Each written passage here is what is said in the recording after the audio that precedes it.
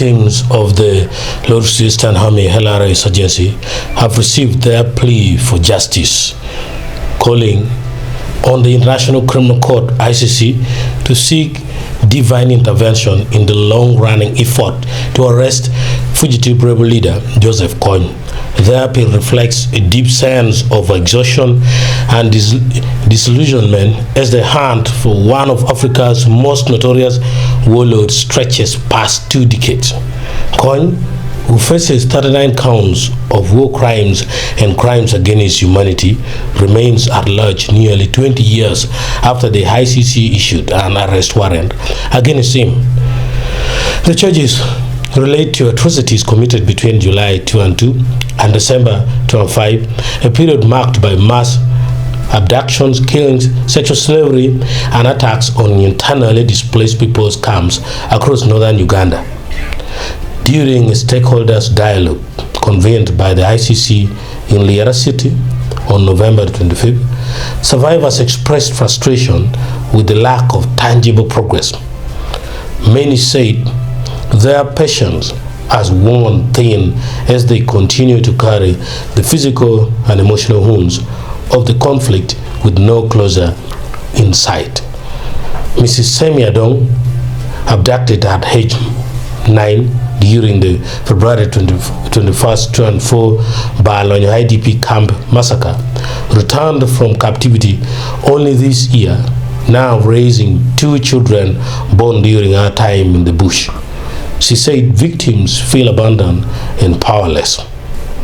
For me, I think since the ICC does not have its own armed force, let the court now present a petition to God to intervene so that Kony is finally arrested. She said this comes as a serious emotional backdrop. Her comments, through symbolic, captured the mood in the room in expression of despair that borders on spiritual appeal. Civil society representatives Mrs. Jane Kayo noted that northern Uganda continues to live with the scars of the LRA insurgency. She said communities remain burdened by unresolved trauma, unhealed memories, and unanswered questions. The frustration has boiled over. People are tired, she said, suggesting that spiritual dynamics may be intertwined with the long delay. Kayo added that there are many great prophets in this country who could be engaged in collective prayer. It's likely there are evil forces controlling this man. She means Kony, and spiritual things are dealt with spiritually. Responding to these concerns, Mrs.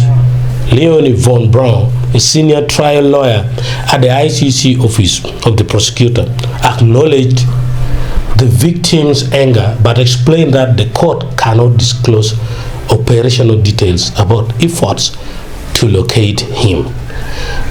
Anything I would say could compromise the highly sensitive work we are doing with partners, some of whom are risking their lives, she said. She stressed that the lack of information sharing is not due to unwillingness, but necessity. Von Braun confirmed that Joseph Kony is still alive.